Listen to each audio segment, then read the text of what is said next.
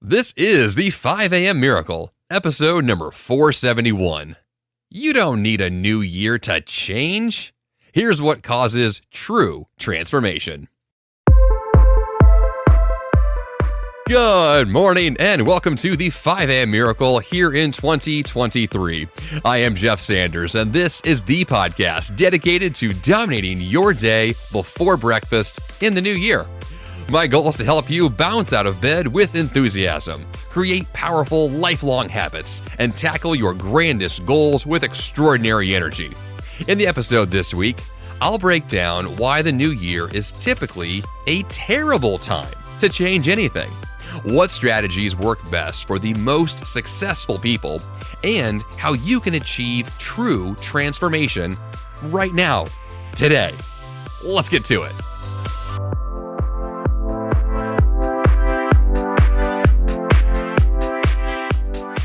January 1st.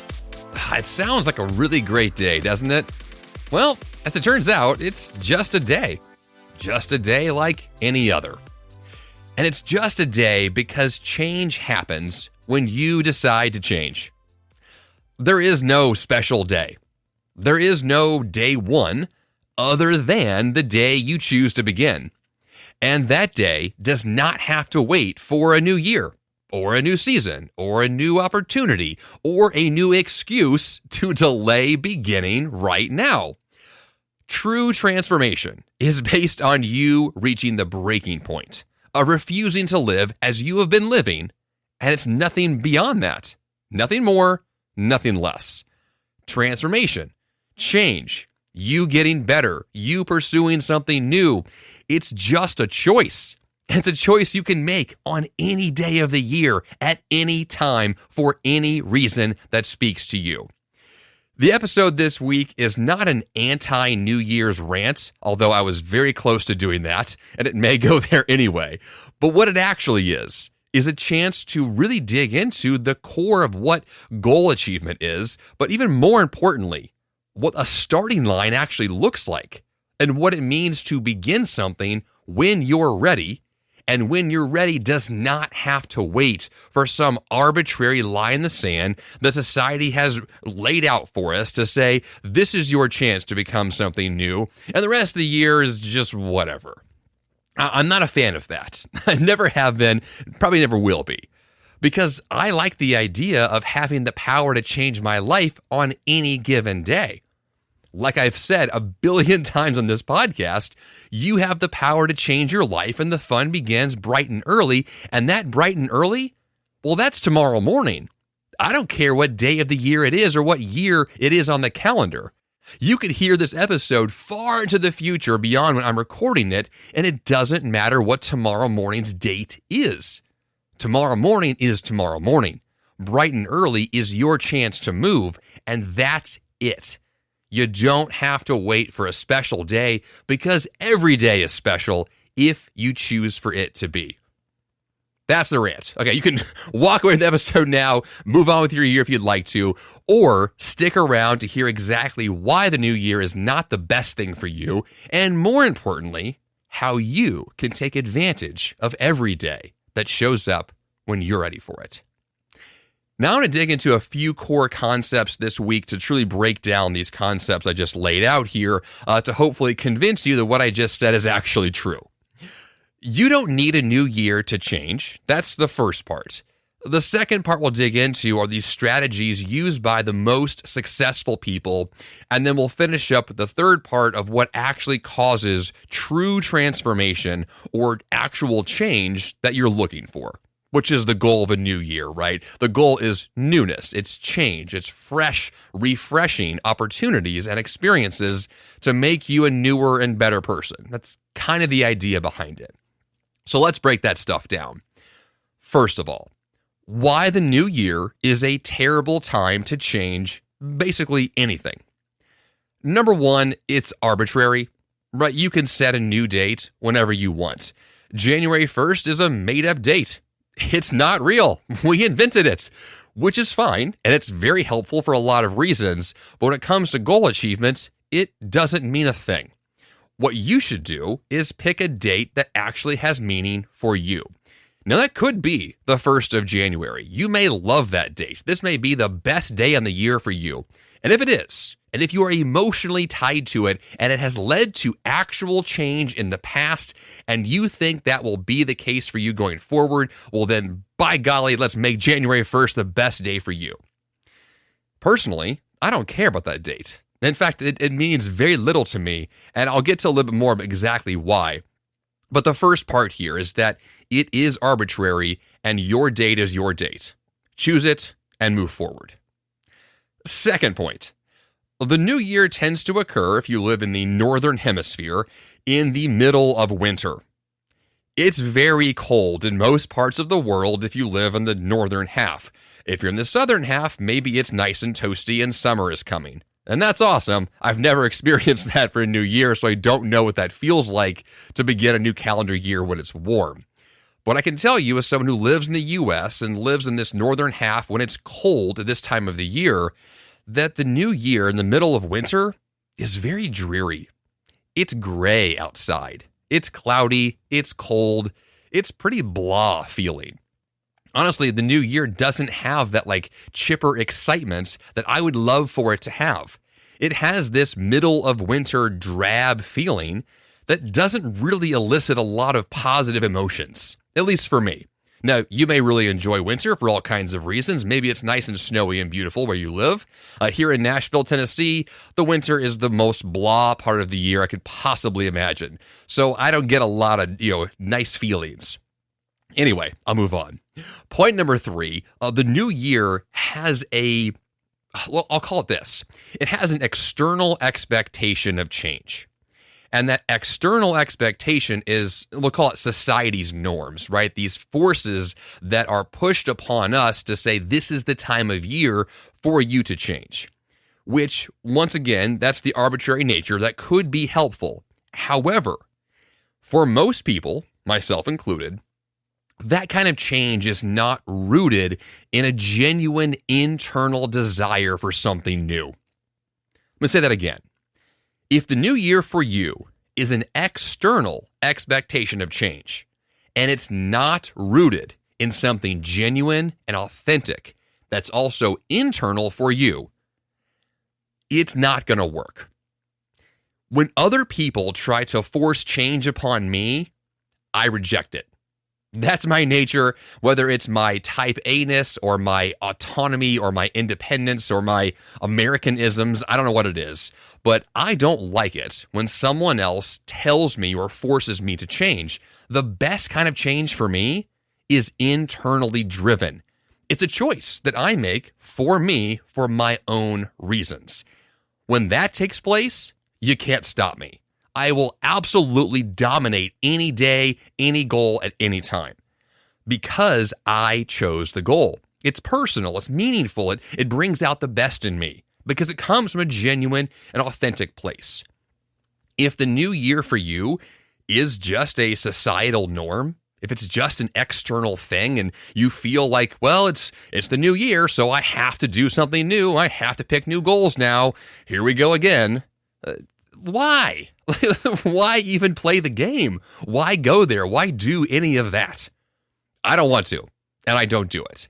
And so if you feel the same way and you're seeking that internal, genuine, authentic desire to do something new, well, then go find that for yourself at any time of the year and then change on your own schedule.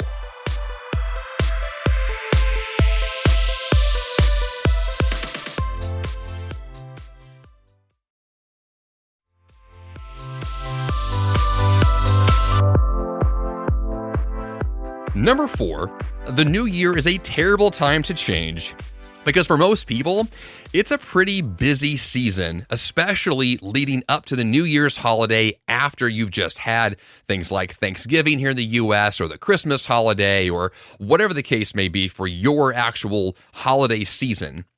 Oftentimes, the new year is just the end of that season. It's been a very busy time, and you're probably, if you're like my family, you tend to be at home a whole lot more. You tend to not be working as much as you have in the past. It becomes this, once again, we're in the middle of winter here where I live.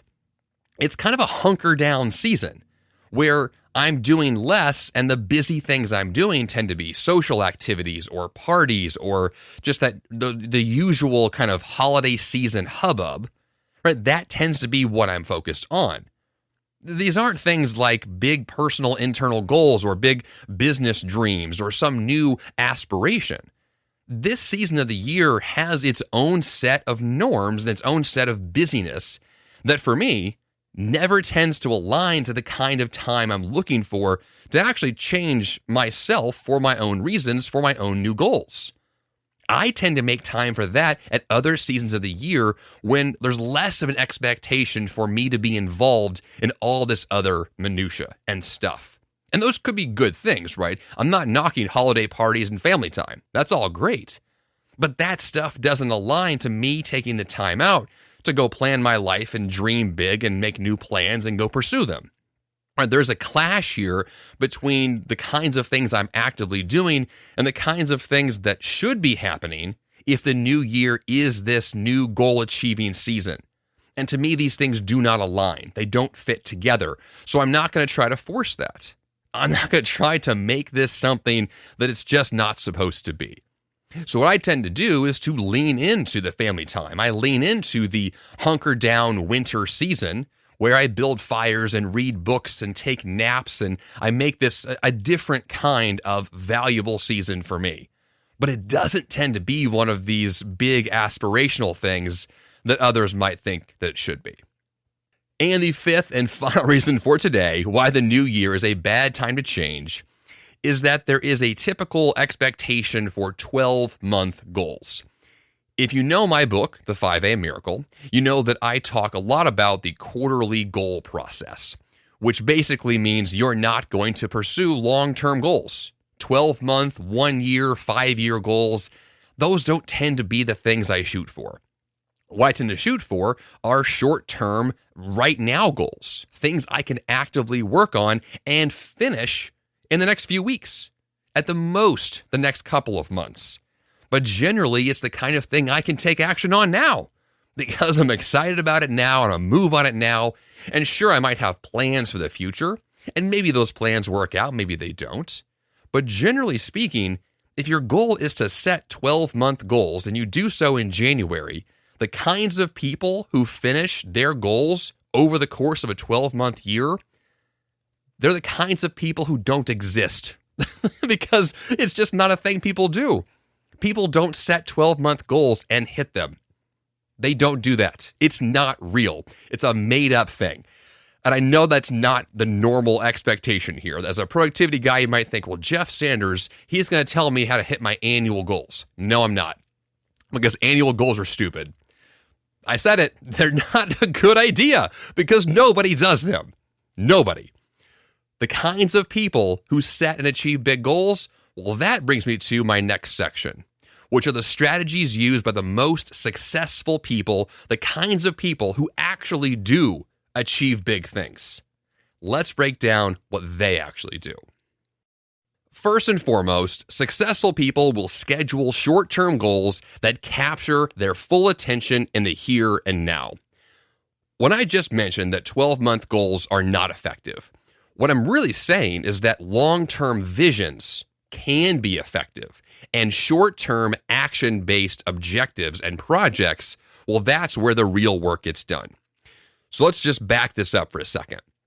When I picture someone who has really great systems and really great goals on paper, written down, and they're actively pursuing them, they have the two things I just mentioned. There's a long-term vision, which is specific, and it is something that's clear for what they want.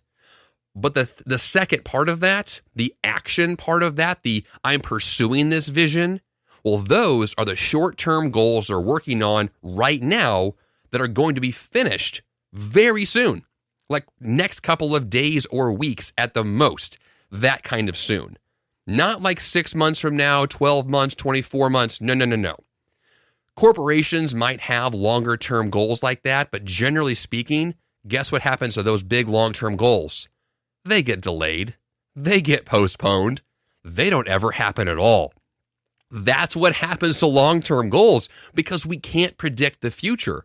So yes, you can set 12-month goals right now. You can do so whenever you'd like.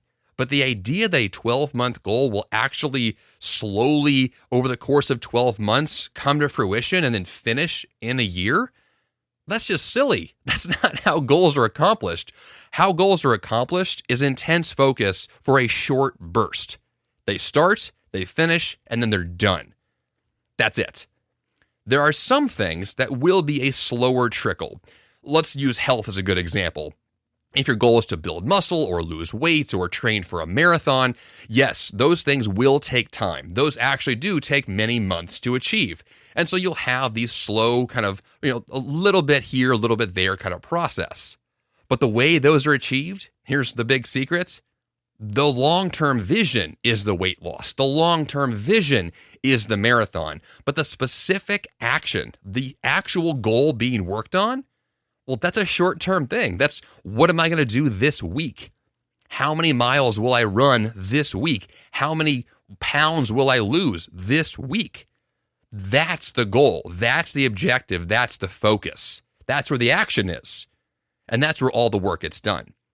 So it's really just these two big things. It's the long-term vision that you're going to shoot for without any real dates attached to it, and the short-term objectives where you are actively working the here and now.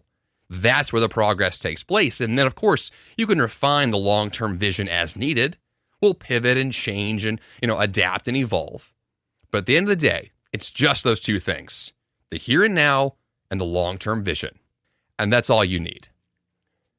Strategy number 2, successful people will set goals that both excite and scare them. Boring goals, they're just boring. They don't get done. No one cares about those. I'm not asking anyone to ever set a boring goal. I want someone to set a goal that is just wow in your face. The kind of goal that makes you go, holy cow, I can't believe I'm actually pursuing this. This thing is scary. This thing is exciting. This thing is kind of ambitious and a little bit crazy. That's perfect. If you're in that zone, that's the kind of goal that's going to move the needle. It's the kind of goal that's going to say 5 a.m. tomorrow is going to happen because, man, I got a lot of work to do. I've got big things to pursue. Let's get up and let's get moving. Boring goals don't do that for anybody.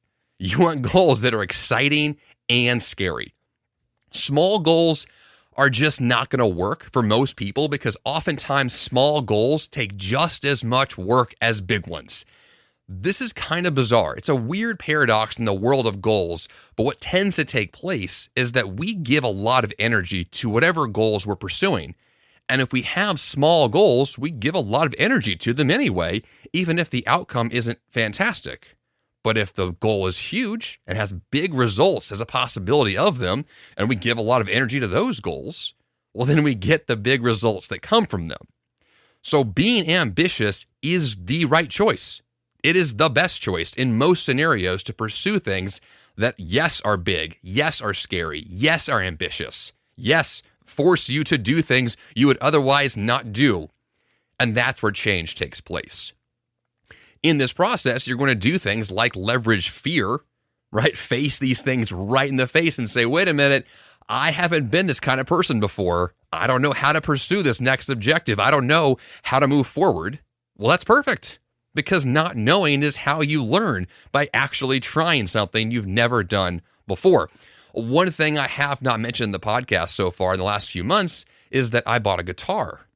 I have no idea how to play a guitar. I just started learning. I am very clueless in that world. But it's awesome. I love the fact that I have a side hobby now that's based on me doing something that I don't have experience in. This is how you grow. This is how goals become exciting. Now, the guitar is not a good example of a big, ambitious goal. It's a much smaller personal side hobby. But it's a great example of something that is outside of my norm. So you're looking for those kinds of things to push you forward, to grow, to be the kind of person you're striving to become. Big goals are where it's at.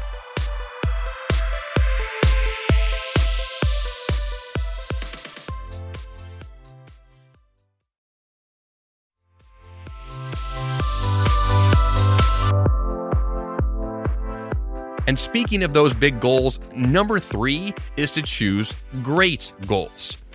I use the word great in a very intentional way. This is the good versus great analogy. Good goals are good.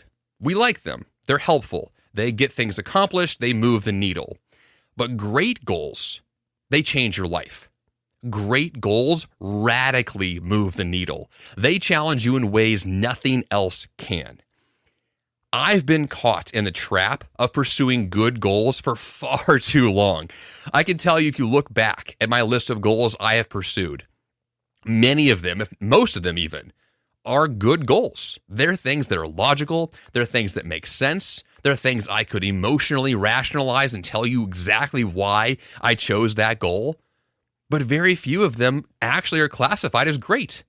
Very few of them are so powerful and so radical and so inspirational that they change my life forever. The more you can incorporate great goals, the more you can actually transform into the person you're dying to become. Not every goal is going to be a great goal. In fact, I would argue probably most goals are not. But the ones that are, the ones you have on your calendar, the ones you are pursuing in the here and now, are the ones you're going to look back on in a few years and be so thankful you pursued those goals. So glad you made those smart moves. The kinds of things you look back on and say, this defines a huge part of my life. This made me who I am. And this is going to make me who I am going forward because it's that powerful. I have a whole list of goals I've completed for every year for the last probably 10 or so years. And I can look back at that list at any time and tell you which of those goals were worth it and which ones were not, which ones moved the needle and which ones were an absolute waste of time. And that's helpful. That's really helpful information to look back and be able to classify your past behavior to know how to move forward in a more intelligent way, to be able to choose the kinds of goals that will radically change your life. So great goals are meaningful because those are the ones you can look back on and immediately identify as significant. So right now, you have the chance, you have the choice to make. What's your next goal going to be? Which one will you choose? Hopefully, you'll choose great more often going forward. That's your new goal. Strategy number 4 that successful people use to achieve their best goals in life is they get very specific. When you are able to know exactly when you have crossed a finish line, that's when you know you've been specific enough. I'll use the example of a marathon, which is a very common example, but it's one that's pretty clear, which is that a marathon is exactly 26 miles, 385 yards. That's a pretty specific distance. It's hard to really argue that exact distance. So the finish line's in an exact position. We know where it is. And when you are able to be that clear with the goals you're pursuing, well, then you know not only where the finish line is, you know the milestones along the way as well. You know how close you are, how far you've come, how much work is left, how much work you've already done. All of it is clear. And that kind of clarity is what helps progress take place. It's what helps you define what your next actions are. You know with clarity what to do next and when to do it, how to do it, who to do it with, where it takes place. All of those specifics are then answered, which is a ginormous part of project management, a huge part of what it means to make tangible progress. There are so many people who have big, vague, nonsensical goals. They're just not real because you can't grab them. You can't see them. You can't visualize them. You can't get clear or specific about them. So guess what? They're never actually achieved because you don't know what it is you're achieving. You don't even know what the thing is. But when you do know, when you have that level of specificity, holy cow, you can move now. You can go do things. And that's what leads to actual tasks being accomplished and projects being completed, is you knowing what you're doing.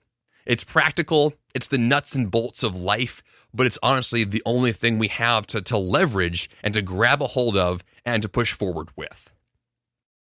Now for the final section on what actually causes true transformation.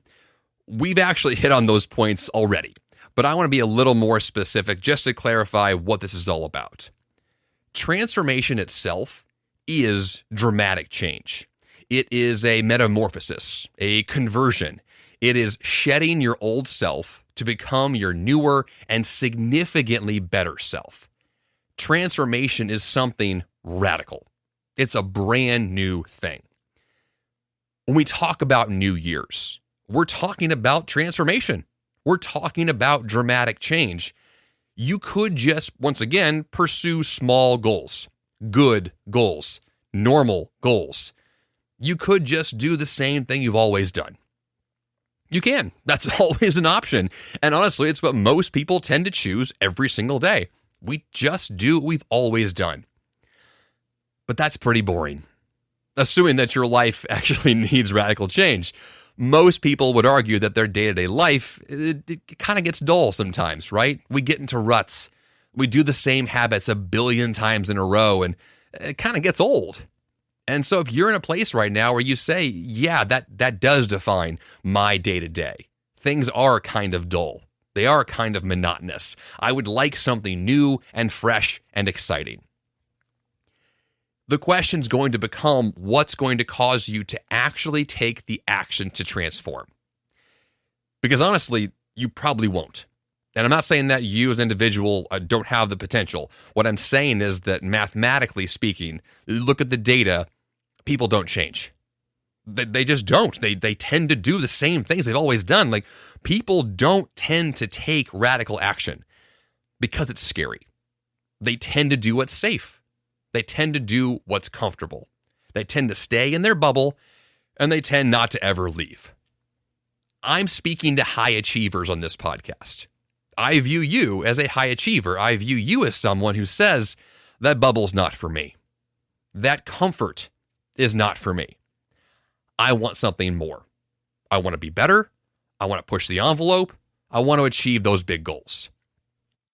In order for you to shift from someone who has been in a bubble to someone who wants to burst that bubble, you have to get to a point where you are sick and tired of being sick and tired. You get to a point where you're hungry for more, where you have a relentless pursuit of an ambitious objective, something you can't get out of your mind because it's all you think about. And then because of that, you have an incredible discipline to say no to distractions, to say yes to those difficult daily habits. You have a willingness to do something you've never done before, and you continue to make those choices every single day. Those are the kinds of people who actually achieve these significant levels of success I'm describing here in this episode this week. Now, this is pretty intense. Not everybody has to be this intense all the time. I'm not this intense all the time. Even when you're hearing this podcast this week, like, this is me in a very excited state. My normal behavior, my normal level of energy is a lot lower than this. Okay, this is not who I am 24/7. But when I get excited about a goal, when I have something on my mind I want to pursue, all the things I just described are true. The transformation, the metamorphosis, the shedding of the old self to become the new self, the hunger for change, the relentless pursuit of ambitious projects, all of that becomes true. And hopefully, that level of energy and enthusiasm and excitement for the next thing is the case for you on most days. On most days, you would rather be at work pursuing something on a Monday morning than at home on a Saturday because you're just dying to get out of the office. I use that as an example because one of the common things that you'll hear in the world of personal developments and goal achievement is that there are people who live for the weekends, right? Those who basically hate their jobs so much that all they're trying to do is clock out and go home. They want to get out of the office and into the bar, right? They want to leave work and go play. The kinds of people I'm talking to in this podcast, when I discuss high achievers, I'm talking about the kinds of people who don't live that lifestyle. They're the kinds of people who look forward to Monday morning. They want to go to the office. They want to pursue their big goals. Now, maybe your big goal you're working on is something you do on nights and weekends. Maybe you're training for a marathon. You're not going to do that at the office. But just maybe you have a lot of ambition, a lot of big things you're trying to do. And if you want to truly transform, that transformation is going to happen on a Monday morning. it's going to happen at the office. It's going to happen when you're doing your thing, when you're honing your craft, when you are pursuing something because this is who you are, that your career and your identity coexist as one and the same. That's a radical approach to life and work. It's a totally different way of living if you've been the kind of person who lives for the weekend. So if you're not that person, if you are that high achiever or you want to become that high achiever, all of this is for you.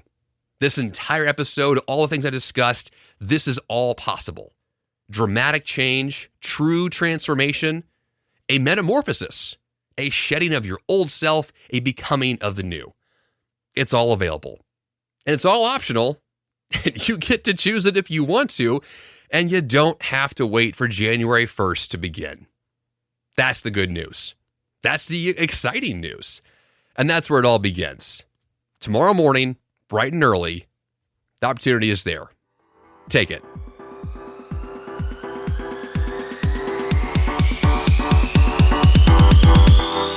And for the action step this week, change today.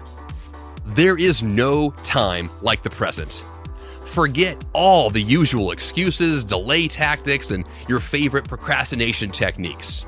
Today is your day to change. Today is your chance to prove to yourself you can make progress on what matters most. Get to it. jeffsanders.com/471 is the place to go for episode notes.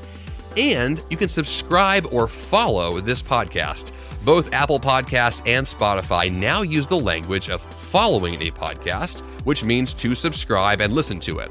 But the actual subscribe button now refers to paying for a podcast, usually to get ad-free content. So if your goal is to listen to my podcast on an ongoing basis, you want to follow in Apple Podcasts or Spotify, or you can subscribe in other apps if that's what you choose to use. Either way, jeffsanders.com/subscribe will show you lots of apps to choose from to listen to this podcast a whole lot more, or of course, use the app you have right now. That's all I've got for you here on the 5 a.m. Miracle Podcast this week. Until next time, you have the power to change your life, and the fun begins bright and early.